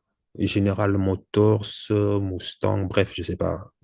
Il y a, ce n'est pas ça, en tout cas, qui dit aux Américains de pouvoir attendre et puis de s'asseoir et de continuer leur fameux projet. Qu'est-ce que l'Union européenne a à mettre sur la table? Qu'est-ce que l'Union européenne a à proposer qui ne se fait pas aux États-Unis d'Amérique? D'autant plus que les États-Unis d'Amérique ont 10 ans d'avance sur l'Union européenne. Ça, c'est dans tout, hein, ça c'est clair. L'Union européenne n'a rien à mettre du tout. En fait, réfléchissez un peu. Les États-Unis ont du pétrole, ils ont du gaz, de l'uranium aussi, si j'ai une bonne mémoire. Ils ont aussi de l'or et d'autres minéraux. Hein. S'ils arrêtent d'être le roi du monde, ils peuvent encore espérer s'en sortir. Voilà le pari de Donald Trump. C'est de réindustrialiser les États-Unis d'Amérique et de faire en sorte que les États-Unis d'Amérique ne s'effondrent pas. Ça, c'est ce qu'ils vont. Mais moi, je ne crois pas à ça. Moi, je ne crois pas à ça. Parce que quand tu vas voir aux États-Unis aujourd'hui, ce ne sont pas les jeunes qui veulent travailler dans les industries. Hein. Qui veut encore travailler dans les industries? Non. Passer 40 ans de sa vie dans une usine à pouvoir tourner comme une machine, métro, boulot, tombeau, de 9h à 17h ou bien de la nuit, personne n'en veut. Pour moi, et ça n'engage que moi, pour moi, c'est du bluff. Parce que qui va faire tourner les industries? Moi, je pense que c'est l'intelligence artificielle, ça. Ce sont des robots. Et si ce sont les robots, si c'est l'intelligence artificielle qui va faire tourner les industries, ben, tu t'en doutes très bien que forcément, il doit y avoir quelqu'un pour fabriquer cela. Et ce n'est pas pour rien qu'il est avec Musk, hein. Des véhicules autonomes, des machines autonomes. Donc, ça veut dire qu'il y aura perte des millions, des millions, des millions, des millions d'emplois. Et ça sera catastrophique. Maintenant, ils ne sont pas non plus bêtes. S'il y a des millions de chômeurs, ça sera la révolution. Et on risque de basculer dans l'anarchie. Mais face à cela, comme les mecs sont bien préparés, ils ont déjà planifié ça depuis 2014. Et qu'est-ce qu'ils ont préparé? Le comment, c'est revenu universel, tu vois, histoire de calmer, hein, histoire de calmer les gens, quoi. Ben ça va. Tu n'arrives pas à t'adapter à l'évolution, au programme. Ok, ça va, il n'y a pas de souci. Tiens, revenu universel, reste chez toi, tranquille, quoi. Et pendant ces temps, d'autres continuent à se faire un maximum de blé. Bon, ça ne tient qu'à moi. Moi, je ne pense pas, je ne crois pas du tout à son projet de réindustrialisation parce que c'est du n'importe quoi. Va voir dans les États, aux États-Unis, va voir, personne ne veut travailler là. Tous les gars sont maintenant connectés. AI, tous les consorts, tout le monde veut faire du business. Tout le monde sont sur le marché financier. Ça, en tout cas, dans les médias, c'est ce qu'ils proposent. Mais dans le fond, moi, je n'y pense pas du tout. Maintenant, regarde avec l'OTAN. Il a dit que c'est un formidable outil. Ce n'est pas moi qui le dis, c'est Donald Trump. Il en a besoin d'autant plus que le gros budget, c'est les États-Unis d'Amérique qui payent. Tout allait bien quand les États-Unis se servaient de l'OTAN, de l'Europe pour aller piller les autres nations du monde. OK. Et l'Europe récupérait quelques miettes, hein, comme un chien bavant sur le bord de son maître.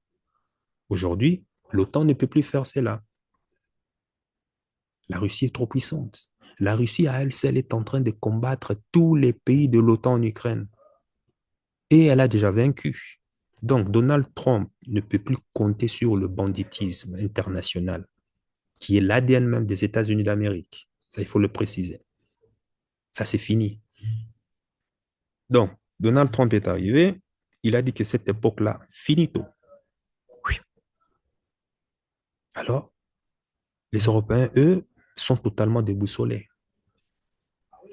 S'il n'y a plus les États-Unis d'Amérique, que peuvent-ils faire encore? Ben, dites-le-moi dans le commentaire.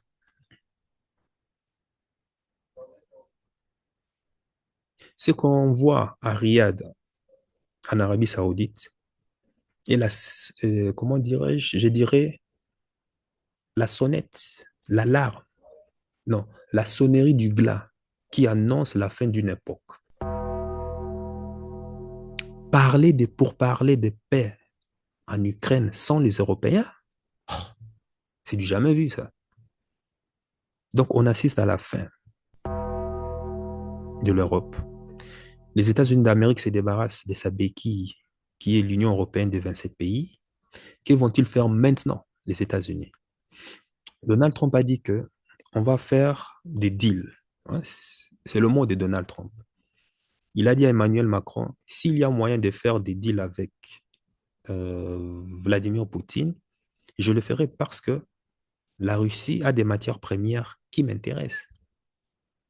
Donald Trump est là pour faire du business. Aller piller le peuple du monde coûte beaucoup cher aux États-Unis d'Amérique, trop cher aux contribuables américains. Pourquoi les États-Unis d'Amérique doivent continuer à rester près des Européens? Au fait, les Européens se sont fait avoir dans leur propre piège. Maintenant, explique-moi pourquoi l'Union européenne reste proche des États-Unis alors que la Russie est là, fait frontière avec l'Union européenne. Elle fait 17 millions ou 18 millions de kilomètres carrés, si j'ai une bonne mémoire.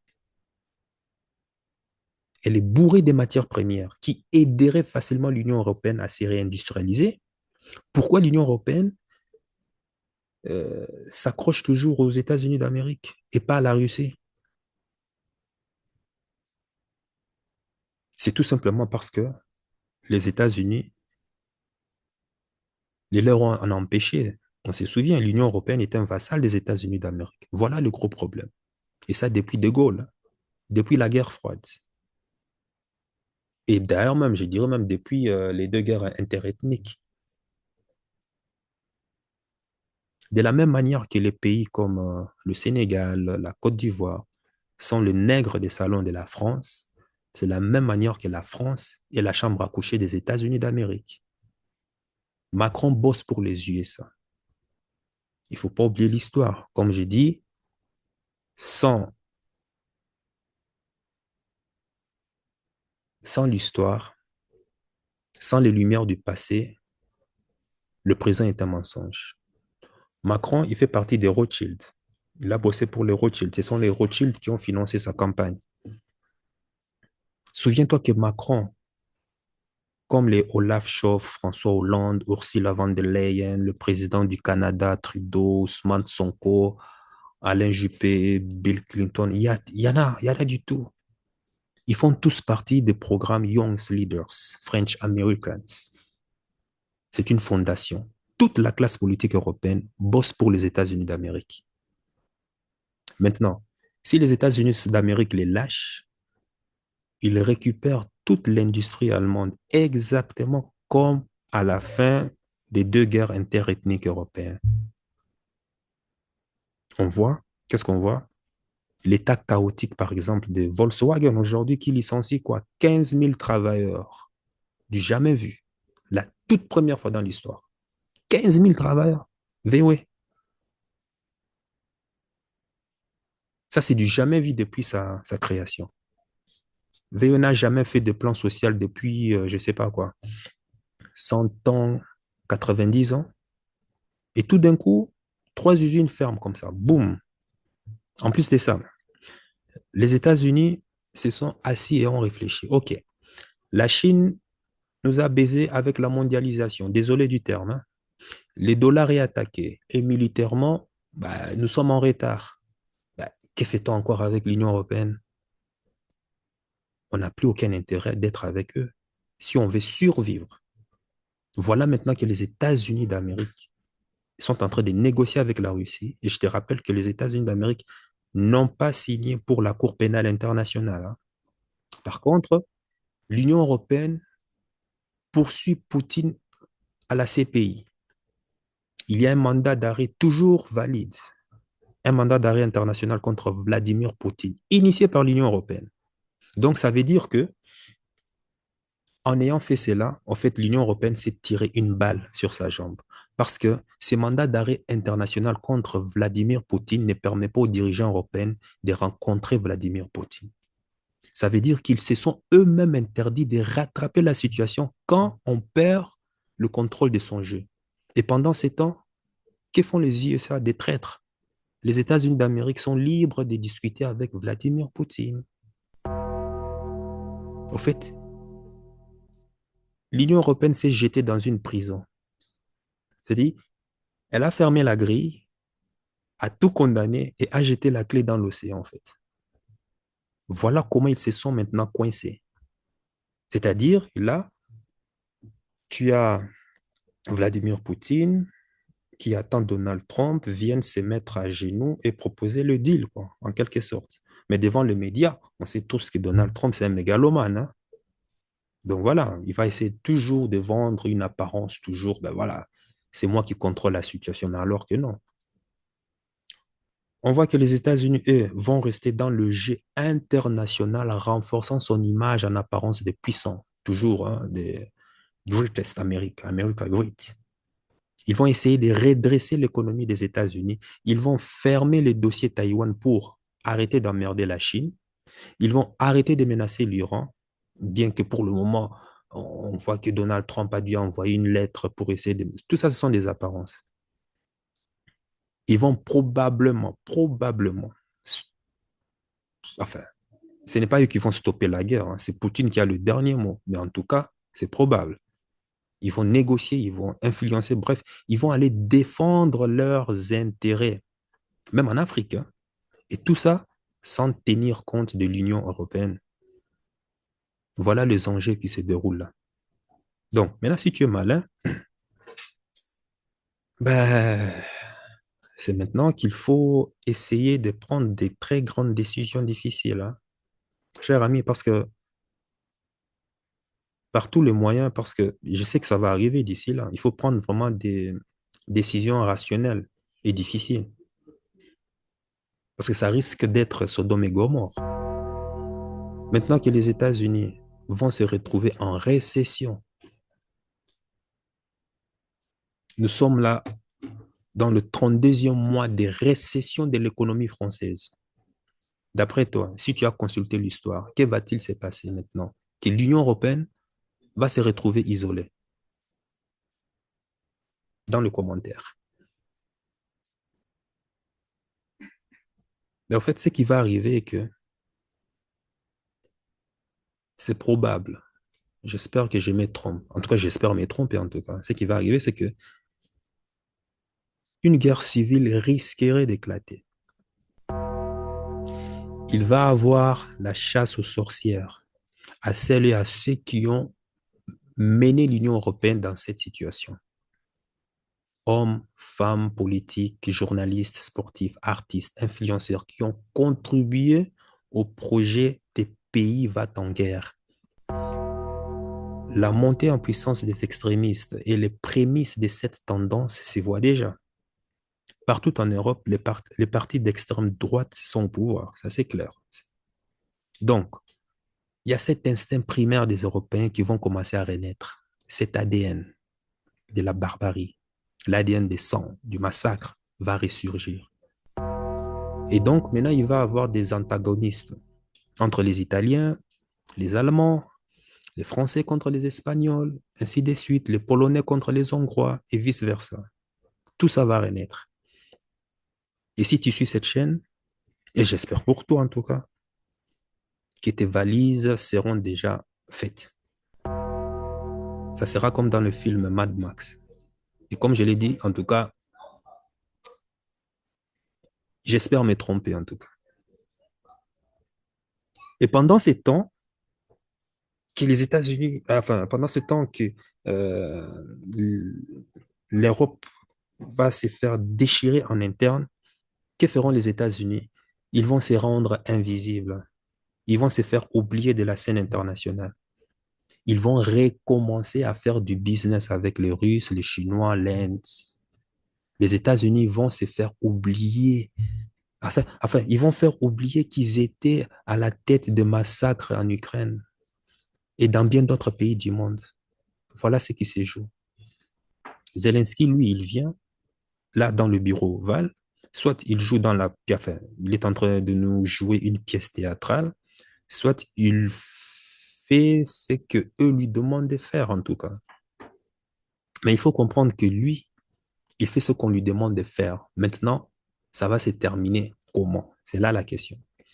La probabilité, attention, je ne suis pas Madame Irma, donc la probabilité est que les États-Unis vont récupérer tout le sous-sol ukrainien. Et pour récupérer ça, les États-Unis vont négocier avec Vladimir Poutine. Pas avec les Européens en tout cas, hein, parce que personne ne parle avec les Européens. N'oublie pas qu'il y a un mandat d'arrêt international à la CPI, ce qui empêche les Européens de discuter avec Poutine. Voilà, c'est comme ça. Ce sont eux-mêmes qui se sont tirés une balle dans le pied. Les États-Unis vont dealer avec la Russie et la Chine. Les États-Unis sont entrés, c'est-à-dire, ils entrent dans la zone multipolaire. Et l'Union européenne se retrouve là comme des cons. Ben, regardez-les. Il suffit de le voir en train de jacasser comme des chiens, hein, détestés dans presque toute la planète, sans matière première, et serrer sur le gâteau avec un mandat d'arrêt international contre Poutine. Je te l'ai toujours dit, les États-Unis d'Amérique sont pragmatiques. Il n'y a que l'argent qui les guide. Ils n'ont aucune morale. Il n'y a que l'argent et rien que l'argent qui les guide. S'il faut te trahir parce qu'ils doivent empocher le jackpot, eh bien, ils le feront. Et même avec fierté. Le chien ne changera jamais sa position de s'asseoir, même s'il a une patte cassée. Les Européens ne peuvent plus dominer. Ils ont 40 ans de retard en armement. L'industrie militaire, ce n'est pas ce que, par exemple, on voit par exemple ici en Belgique, là où je suis, le nouveau gouvernement est en train, ils ont mis sur table un projet de réindustrialisation, de réarmement de la Belgique. Avec quoi tu vas faire ça? C'est plutôt le contribuable belge qui va payer pour ça, ouais. Encore soutirant encore l'argent en plus du contribuable belge. Avec quoi vont-ils dominer? Ça, c'est fini, ça. Donc, tout ce que tu vois sur les médias des grands chemins, c'est du tape à l'œil. Tout ce que Macron fait, tous ses discours de va-t-en-guerre, en fait, c'est comme un coq vivant dans une casserole remplie d'eau bouillante qui jacasse pour ne pas mourir, en fait. Mais il est en train de passer à la casserole et une casserole d'eau très bouillante. Il y a des géopoliticiens occidentaux, mais sérieux, qui disent la même chose en analysant la situation de manière rationnelle. Maintenant, si tu vas suivre des influenceurs à la con ou des prétendus géopoliticiens des médias des grands chemins, écoute, cher ami, tu resteras dans une bulle de rêve pendant que tout autour de toi est en train de s'écrouler. Mais, comme je l'ai dit, le réveil sera toujours très, très, très brutal. Si tu ne t'intéresses pas à la géopolitique, sache que ton réveil sera atroce et mouvementé. Un homme prudent voit toujours le mal de loin et met des actions en place pour se préparer en conséquence. C'est que beaucoup ne comprennent pas au fait.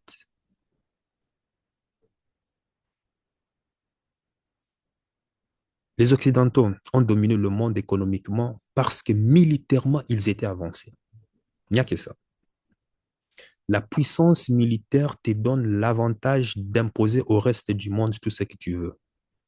La puissance militaire te permet d'être fort économiquement. C'était ça, la force de l'Occident collectif. Ils se sont servis de leurs armes pour obliger le reste du monde d'accepter leurs besoins, d'accepter leur volonté. C'était comme ça. Tu vois. La puissance militaire accompagne la puissance économique. La puissance économique accompagne la puissance culturelle et c'est comme ça, tu vois, que la majorité des peuples d'Amérique du Sud, d'Afrique, Asie, rêvent de venir en Europe, aux États-Unis d'Amérique, parce que soi-disant, il y a plus de liberté, parce que c'est plus facile de se faire d'argent, c'est ce qu'ils disent. Alors qu'en réalité, ils sont simplement inéduqués en géopolitique. Mais c'est cette influence qui les attire, et sans compter les médias des grands chemins aussi qui essaient encore de pimenter encore là-dessus, pour abrutir ton cerveau. Mais cette liberté n'est que chimère, en fait. C'est le matérialisme qui attire, parce que l'Occident, à travers ses médias des grands chemins, vendent une image de confort, de belle vie, tout en diabolisant tous les autres pays qui ne veulent pas rentrer dans leur cercle d'existence. La puissance culturelle accompagne la puissance politique et la politique accompagne le social. C'est ça les enjeux. Par exemple, aujourd'hui, les États-Unis d'Amérique ne sont pas arrivés à mettre au point des missiles hypersoniques. Ça, c'est un fait. Sur l'intelligence artificielle, ils nous ont sorti quoi? OpenAI. Ils ont fait beaucoup de boucans là-dessus. Apparemment, ça leur a coûté quoi? 50 millions de dollars pour mettre au point la technologie OpenAI, qu'ils facturent aujourd'hui quoi? 22 euros, 25 dollars, non, 20, je ne sais plus, 20 dollars, enfin, entre 20 euros ou 25 euros, bref. Qu'a fait la Chine? Les Chinois ont répliqué en sortant, par exemple, DeepSeek AI. Récemment ici. Et tu sais ce qu'ils ont fait? Ils ont mis ça gratuit. Et ça leur a coûté simplement 1 million de dollars pour mettre au point la même technologie. Et c'est même Donald Trump a reconnu l'exploit et a dit que ça prouve que nous devons encore plus travailler pour mieux faire. Donald Trump, en chef d'entreprise, s'est prononcé ainsi. Et c'est là que moi, franchement, je lui tire mon chapeau. Moi, je suis pragmatique hein, parce qu'il a été rationnel, exactement comme un chef d'entreprise doit être. Les États-Unis ont une dette économique, le pays le plus endetté du monde. Ils n'ont pas, certes, des matières premières stratégiques hein, dans les domaines des semi-conducteurs. Ils sont en retard, très en retard. La Chine les concurrence dans tous les domaines. Chaque mois, les Chinois sortent un brevet. Chaque mois. Alors que les autres sont préoccupés que par la guerre. En plus de cela, ils ont une population vieillissante, malade. Que veux-tu faire avec ça? Voilà pourquoi je te recommande, franchement, de t'intéresser à la géopolitique et non à la politique. Jamais. Jamais. L'Union européenne est aujourd'hui au tapis, mais pas encore KO, hein, parce qu'il faut au moins qu'elle se débarrasse de Macron. Ça, c'est clair. Parce que Macron veut mettre l'Union européenne KO en se servant d'une guerre pour tout faire péter. Faire péter tous les systèmes. Toutes les dettes doivent s'annuler. Et qu'est-ce qu'on fait? Le grand reset, quoi. On répare à zéro. Qui veut cela? Et tant bien même qu'il y aurait une guerre, est-ce que c'est Macron qui serait en tête des files pour aller les combattre? Moi, je pense pas. Donc, il va envoyer des jeunes Français comme cher à Kano, pendant que lui va se cacher dans un bunker au chaud, en train de manger du camembert, brouter du rochefort et souroter du bon, comment on appelle ça, du JP Chéné ou du bordelais, avec sa femme, ses connaissances, le ministre de l'effondrement économique Bruno Le Maire, tous ces genres de trucs, pendant qu'ils seront douces, hein, en train de regarder comment est-ce que les autres vont comme cher à Kano. Qui récolte toujours le pot cassé, c'est toujours la population, tu vois. Et dans tout cela, ben, le peuple sera toujours le dindon de la farce, quoi. C'est le peuple qui paye toujours la note. Que veux-tu?